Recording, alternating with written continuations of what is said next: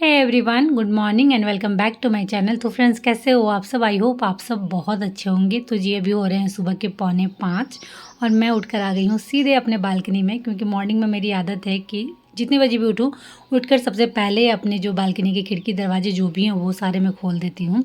और चलिए चलते हैं थोड़ी देर के लिए बालकनी, ज़्यादा टाइम यहाँ नहीं बिताएंगे क्योंकि अभी बहुत सारे काम हैं।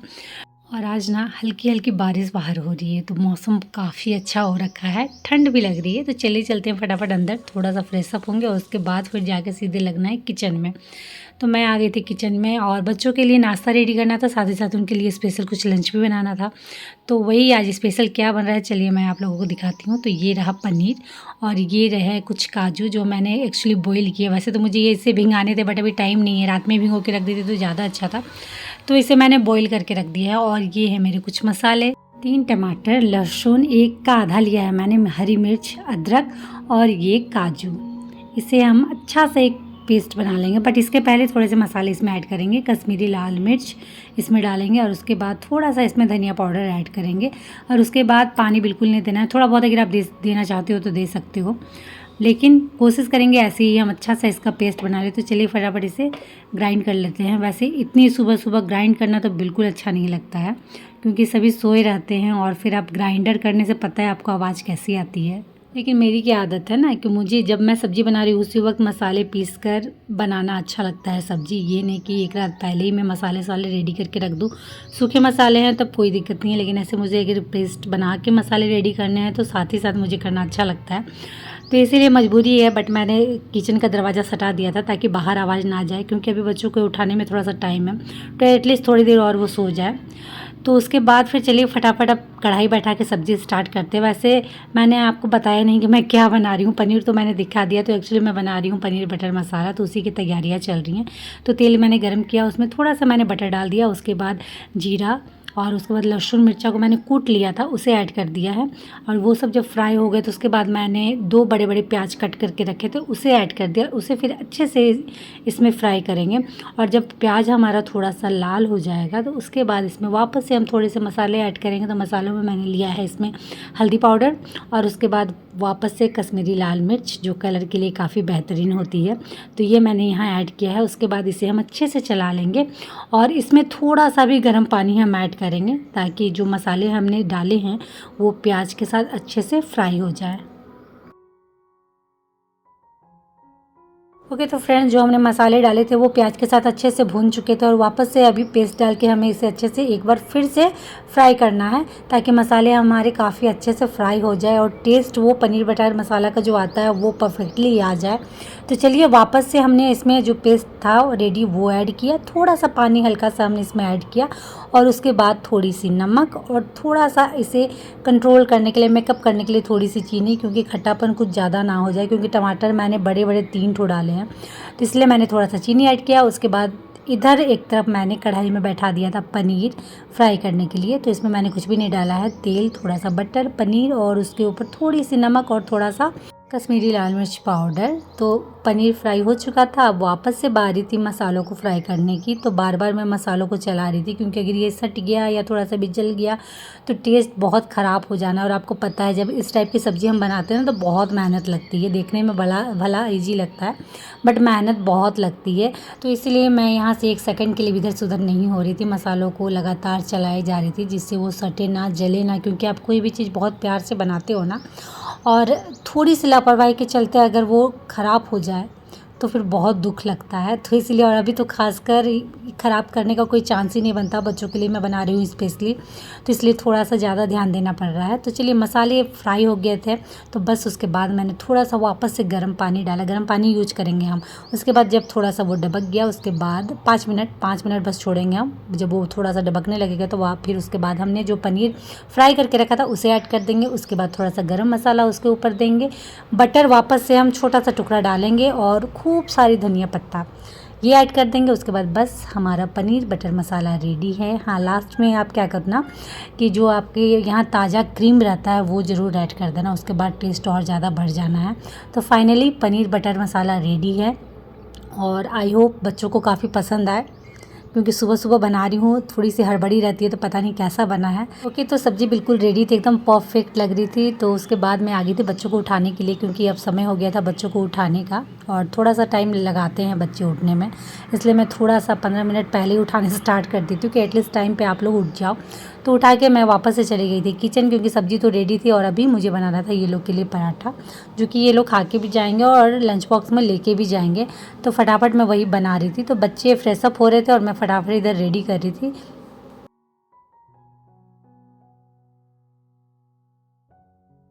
तो बच्चे हो गए थे रेडी, तो उनको भी मैंने फटाफट नाश्ता लगा दिया कि आप लोग नाश्ता कर लो, तब तक मैं इधर लंच के लिए भी थोड़ी बहुत और पराठे बना देती हूँ। तो इधर पराठे मेरे बिल्कुल बन के रेडी हैं।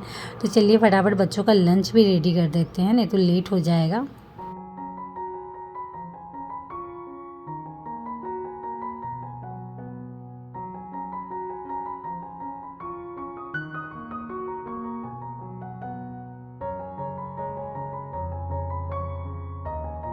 तो फाइनली सब कुछ टाइम पे हो गया था। वाटर बोतल और फ्रूट वाला लंच बॉक्स मैंने पहले ही डाल दिया था। बारी थी बस जो मेन लंच बॉक्स है पराठे और पनीर की, वो मैंने डाल दिया था। तो बच्चे स्कूल निकल गए थे और अब जाके मुझे थोड़ी सी फुर्सत मिली कि मैं इत्मीनान से बैठ के पानी पी सकूँ। पानी भी मैंने मॉर्निंग से उठ के नहीं पिया है और बहुत ज़ोर से प्यास लग रही थी। उठते के साथ आदत है थोड़ा सा सुसुम पानी पीने की, बट आज वो भी नहीं हो पाया था। तो चलिए फटाफट थोड़ी देर निश्चिंत बैठते हैं, थोड़ा सा पानी पीते हैं, चाय पीते हैं, उसके बाद फिर वापस से काम में लगते हैं। और बच्चों ने आज बहुत अच्छे से नाश्ता किया, मैं बता नहीं सकती, वो बहुत ज़्यादा खुश थे। पनीर उनका फेवरेट है और अगर आप अच्छे से बना के दो ना तो बच्चे बहुत ज़्यादा खुश हो जाते हैं। तो आज बहुत अच्छा लगा बच्चों को इतना खुश देख के कि उन्होंने बहुत अच्छे से अपना नाश्ता इंजॉय किया और आई होप लंच भी वो काफ़ी अच्छे से इंजॉय करके आएंगे। तो चलिए पानी उनी मैंने पी लिया था और अब वापस से चलते हैं काम में लगने, क्योंकि काम अभी घर के बहुत सारे हैं। अभी तो मेन काम हमारे स्टार्ट होने वाले हैं, जो कि है क्लीनिंग डिस्टिंग। मैं आपको घर एक बार दिखा देती हूँ क्या हालत हो के रखती है सुबह। थोड़े बहुत सामान इधर उधर बिखरे ही रहते हैं। बेड की हालत तो आप देख ही सकते हो, यही रहता है मॉर्निंग में। उसके बाद किचन चलते हैं, तो किचन में पूरा किचन बिखरा हुआ रहता है, देख रहे हो आप। आज थोड़ा बहुत कम लगता होगा, बट किचन की हालत इससे ज़्यादा ही बिगड़ी हुई रहती है। तो अभी मुझे लगना है वापस से काम में। ये मेरा बेडरूम है जो इसकी भी हालत काफ़ी ख़राब हो रखी है। तो चलिए चलते हैं, लगते हैं क्लीनिंग डस्टिंग के काम में। तो किचन से ही स्टार्ट करते हैं। किचन साफ़ सुथरा रहता है ना तो बाकी सारे काम आप करते रहो, कोई दिक्कत नहीं है। किचन एटलीस्ट साफ़ सुथरा रहना चाहिए। तो सबसे पहले मैं किचन में ही लगती हूँ, क्योंकि किचन में दिन भर आपको लगना है, इसलिए किचन साफ़ सुथरा रहता है ना, तो कभी भी आप आके किचन में काम कर लो, कोई दिक्कत नहीं है। तो इन्होंने आलू प्याज ला के रखा था, तो वो मैं यहाँ डाल रही हूँ टोकरी में। तो मैं ऐसे वाली टोकरी में आलू प्याज रखती हूँ क्योंकि बहुत अच्छा रहता है। इस वाली टोकरी में क्या होता है ना, हवा आर पार होता है। और एक टिप्स फ्रेंड्स, अगर आप आलू प्याज रख रहे हो ना तो आप उसमें क्या करो ना, पेपर के छोटे छोटे टुकड़े करके ऐड कर दो। उससे क्या होता है ना कि जो आपके आलू सड़ जाने का डर रहता है ना, या प्याज भी बहुत बार सड़ जाते हैं, वो बिल्कुल नहीं होगा। आपके आलू प्याज एकदम फ्रेश रहने वाले हैं। और आलू प्याज ऐसी चीज़ है जो हम फ्रिज के अंदर भी डाल नहीं सकते, उन्हें बाहर ही रखना होता है। तो ऐसे आप ये वाला ट्रिक यूज करके देखना। अगर आप कर रहे हो तब तो बहुत अच्छा, नहीं कर रहे हो तो एक बार करके देखना, आपके आलू प्याज बिल्कुल नहीं सड़ेंगे। गर्मियों में खासकर ये चीज़ थोड़ी सी सबको प्रॉब्लम फेस करनी होती है कि आलू प्याज थोड़े से सड़ने लगते हैं, तो वो बिल्कुल नहीं होगा। तो चलिए उसके बाद मैं किचन की सफाई में लग गई थी। तो सबसे पहले तो काउंटर टॉप को खाली करना होता है और उसके बाद गैस की सफाई और काउंटर टॉप की सफाई। तो काउंटर टॉप को मैंने खाली पूरे अच्छे से कर दिया था और वापस से लग गई थी गैस की क्लीनिंग और काउंटर टॉप की क्लीनिंग करने में। पहले ये करना है, उसके बाद फिर बर्तन धोना है। तो पहले ये मैंने कर लिया था अच्छे से। तो काउंटर टॉप, गैस, इंडक्शन जो था सभी को मैंने अच्छे से क्लीन कर लिया और उसके बाद बारी थी बर्तनों की। तो आज होपफुली उतने बर्तन नहीं थे, नहीं तो मॉर्निंग में बहुत बर्तन हो जाते हैं, बट आज थोड़े बहुत बर्तन थे तो वो मैंने फटाफट क्लीन कर लिया। क्योंकि अगर आप कहीं भी कोई भी एरिया की साफ़ सफाई कर रहे हो ना, कोशिश करो कि उस पूरे एरिया को कवर अप कर लो। मतलब ये नहीं कि कुछ काम आप अभी करो और कुछ काम बाद के लिए रख दो, वैसा नहीं। अगर किचन की आप सफाई कर रहे हो तो कोशिश करो किचन में जो भी साफ़ सफाई की चीज़ें हैं उन सबको एक साथ लेके चलो। जैसे मैंने काउंटर टॉप, गैस सब की सफाई कर ली, थोड़ा बहुत बर्तन बचा था उसकी भी मैंने क्लीनिंग कर ली और उसके बाद साथ ही साथ जो सिंक हमारा है उसे भी मैंने साफ़ कर दिया। तो उससे क्या हुआ, किचन का काम आधा ख़त्म हो गया। बस अब फ्लोर की क्लीनिंग करनी है और बस मॉपिंग करनी है। तो चलिए किचन का काम तो ऑलमोस्ट ख़त्म हुआ और अब चलते हैं बाकी जगहों में। तो थोड़े बहुत रूम बिखरे हुए हैं तो उन्हें सबसे पहले हम ठीक ठाक कर लेंगे और उसके बाद फिर झाड़ू और पोछा और थोड़ी बहुत डस्टिंग। तो चलिए फटाफट जितने भी रूम हैं उनको पहले अच्छे से अरेंज कर ले। मेरे पास ना 2-3 दिन पहले अदिति जी का मैसेज आया था कि आप अपने घर को कैसे मैनेज करते हो, वो भी बिना हाउस हेल्पर, बिना मैड के। तो क्या ये पॉसिबल है कि बिना हाउस हेल्पर के हम अपने घर को आराम से मैनेज कर सकें? तो जी मेरी रूटीन कुछ ऐसे ही रहती है, इसलिए मैं ये रूटीन भी आप लोगों के साथ शेयर कर रही हूँ, अपनी अर्ली मॉर्निंग रूटीन की कैसे किस तरीके मैं अपने घर को रोज़ ऐसे ही अच्छे से मैनेज करके चलती हूँ। तो रोज़ वैसे ही सुबह उठ जाना और उसके बाद फिर घर के कामों में लग जाना। तो जब मॉर्निंग में उठती हूँ तो उस समय तो सही में लगता है कि जैसे किसी ने पनिशमेंट दे रखी हो, पनिश करके रखा हो मॉर्निंग में उठना, क्योंकि 4 साढ़े 4 बजे उठना थोड़ा-सा इम्पॉसिबल है। भले ही आपकी कितनी भी हैबिट हो जाए, लेकिन कभी न कभी थोड़ा-सा आलस लगता है कि अभी उठना है इतनी जल्दी। और अगर किसी दिन रात में अगर लेट हो गया सोने-वोने में, तब तो हालत ख़राब हो जानी है, क्योंकि और कितनी देर आप सो पाओगे, सुबह फिर 4 साढ़े 4 में आपको उठ ही जाना है। तो इसीलिए बट हाँ, जब आप उठ जाते हो, फ्रेश अप हो जाते हो, काम में लग जाते हो और फिर 9 बजते-बजते आपके घर के ऑलमोस्ट सारे काम ख़त्म हो जाते हो और उसके बाद फिर आपके पास जो टाइम बचता है ना, वो आप चाहे उस टाइम में कुछ भी करो, आपके एक्स्ट्रा काम करने वो करो, आपको थोड़ी-सी रेस्ट लेनी हो वो ले सकते हो, कुछ भी आपको जो मन करता है। तो उसके बाद ना वो गिफ्टेड टाइप का लगता है कि जैसे मतलब कितना अच्छा टाइम मेरे पास है, कितना अच्छा टाइम मेरे पास अभी बचा, मैं कुछ भी कर सकती हूँ, उस टाइप का लगता है। तो वही है, सुबह उठने में थोड़ी बहुत प्रॉब्लम होती है, लेकिन अगर आपकी हैबिट हो चुकी है डेली उठने की, तो फिर बाद में धीरे-धीरे वो हाँ, कभी-कभार आलस ज़रूर आता है, बट कोई नहीं, आदत हो जाने से फिर मन भी नहीं करता है कि देर तक सोए रहें। तो ये एक है बेनिफिट मॉर्निंग में जल्दी उठने का, जिससे आपके सारे काम ख़त्म हो जाते हैं अच्छे से और ज़रूरत नहीं पड़ती है हाउस हेल्पर की, मैड की। जिससे मुझे भी कभी-कभी लगता है कि रख लूँ या होती शायद तो अच्छा रहता, लेकिन हो जा रहा है जब तक हो जा रहा है, कर ले रही हूँ जब तक कर ले रही हूँ। जब ऐसा लगेगा कि नहीं हो पा रहा है, पॉसिबल नहीं है, तब शायद सोचूँगी, बट अभी कर ले रही हूँ सारे काम। वो भी आप देख सकते हो आपके सामने ही कैसे मैं सारे घर के काम को मैनेज कर रही हूँ। तो बारी-बारी सभी रूम को अच्छे से अरेंज करने के बाद अब बारी थी लिविंग रूम की, जो कि बहुत इम्पोर्टेंट होता है घर में और जिसके रख-रखाव में हमें बहुत ज़्यादा ध्यान देना भी पड़ता है। तो लिविंग रूम को भी मैंने अच्छे से टिप-टॉप करके रख दिया था और उसके बाद अब बारी थी थोड़ी-सी डस्टिंग करने की। तो जब आप डेली बेसिस पे डस्टिंग कर रहे हो ना, तो ज़रूरी नहीं है कि डेली वही केमिकल युक्त जो आते हैं लिक्विड, उनसे आप क्लीन करो घर को।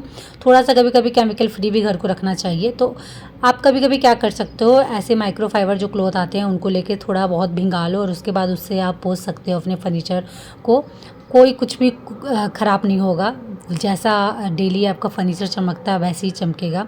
क्योंकि मेरे हिसाब से सही नहीं है कि डेली वही केमिकल युक्त लिक्विड से आप अपने घर की साफ़ सफाई करो, क्योंकि बहुत ज़्यादा हद तक वो भी अच्छे नहीं रहते हैं।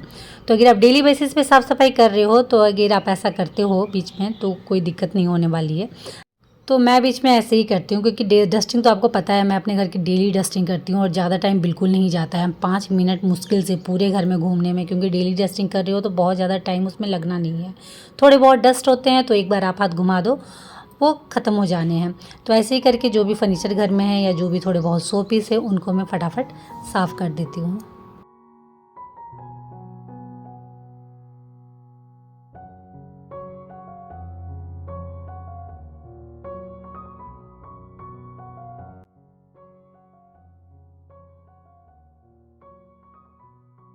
अच्छा, जितने भी घर के फर्नीचर है उनकी साफ़ सफाई के लिए मैं माइक्रोफाइबर क्लॉथ या कॉटन के क्लॉथ रखती हूँ, लेकिन अगर मिरर की साफ़ सफाई करनी हो तो उसके लिए मैं पेपर यूज़ करती हूँ, क्योंकि पेपर से जितनी अच्छी साफ़ सफाई मिरर की होती है ना, उतना कपड़े से बिल्कुल नहीं होती है। आप नहीं करते हो तो एक बार करके देखना, बिल्कुल क्लीन आपका मिरर हो जाएगा, बिल्कुल कोई दाग धब्बा नहीं। तो इसलिए पेपर का ही यूज करती हूँ मिरर की साफ़ सफाई में। स्पेशली घर में जितने भी मिरर है ना, उनकी साफ़ सफाई मैं पेपर से ही करती हूँ, रिजल्ट बहुत अच्छा आता है। तो जब ये सारे काम हो गए तो अब नेक्स्ट क्या, तो नेक्स्ट कुछ नहीं, बस झाड़ू और पोछा। तो लेट नहीं करना है, फटाफट मैंने झाड़ू उठाया और पूरे घर को झाड़ू करने के लिए निकल पड़ी हूँ।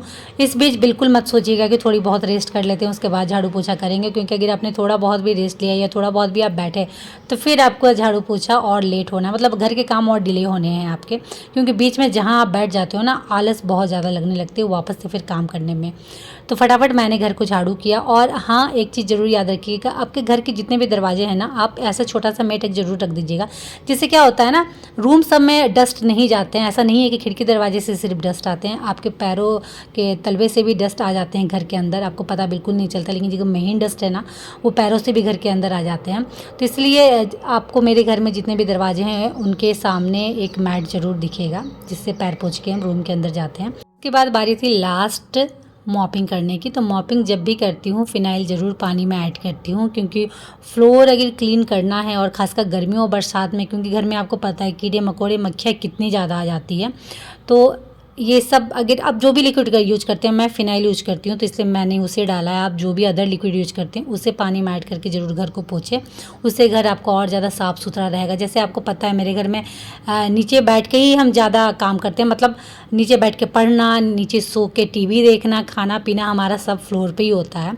तो इसलिए फ्लोर को क्लीन रखना बहुत ज़्यादा ज़रूरी होता है, वो भी कीड़े मकोड़ों मक्खियों से। तभी आप नीचे बैठ के मस्त अपना खाना पीना, टीवी जो भी इंजॉय करना है वो आप कर सकते हो। तो फाइनली फ्रेंड्स सारा काम हो गया मेरा, और वो भी देख सकते हो बिना किसी हाउस हेल्पर के।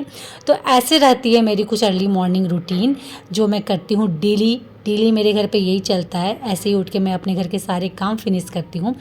तो चलिए इस वीडियो को यहीं एंड करते हैं, क्योंकि ये वीडियो आज पब्लिश भी करना है ताकि आप लोगों के पास समय पे पहुंच सके। कोशिश तो करेंगे कि टाइम पे पहुंच जाए, अगर लेट होता है तो सॉरी। तो चलिए इस ब्लॉग को करती हूँ यहीं एंड, और आप लोगों से मिलती हूँ नेक्स्ट ब्लॉग में। तब तक के लिए बाय, और आप सब अपना ख्याल रखिएगा।